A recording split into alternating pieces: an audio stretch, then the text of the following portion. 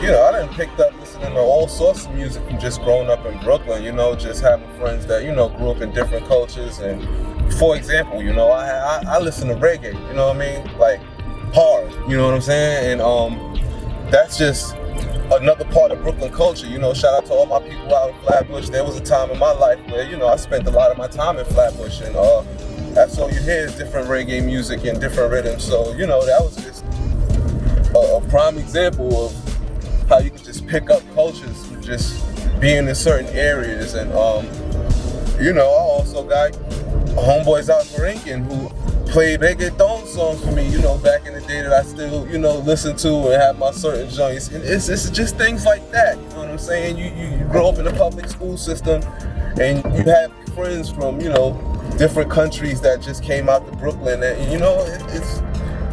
if you grow up out here, you liable to have a good fistful amount of friends that, came here in their teenage years. Am I wrong? You know what I mean? Came here in their teenage years or something, and, they came from, shout out to my man Rajiv, homies from Belize, my dog Twiz, who's actually on the album, He's born and raised on Quincy Street. Well, I mean, he's raised on Quincy Street, but he's born in St. Lucia, you know what I'm saying? So it's just things like that, you know what I'm saying? You just grow up and just live in a regular Brooklyn lifestyle. From day to day, you just meet people from different cultures and pick up different habits and different music and different foods and shit, you know what I'm saying? So that's what Brooklyn is about, and that's what I always loved about Brooklyn, you know what I'm saying? You living in Brooklyn, but you living in so many different places at once because you meeting so many different people from, different walks of different parts of the world and different walks of life and shit,